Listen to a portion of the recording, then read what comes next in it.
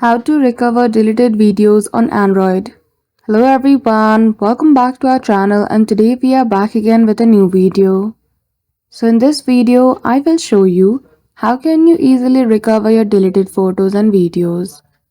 So go to Gallery, delete any file you want, then after head toward Recently Deleted. Select all the files which you want to restore and choose the option of Restore at the bottom.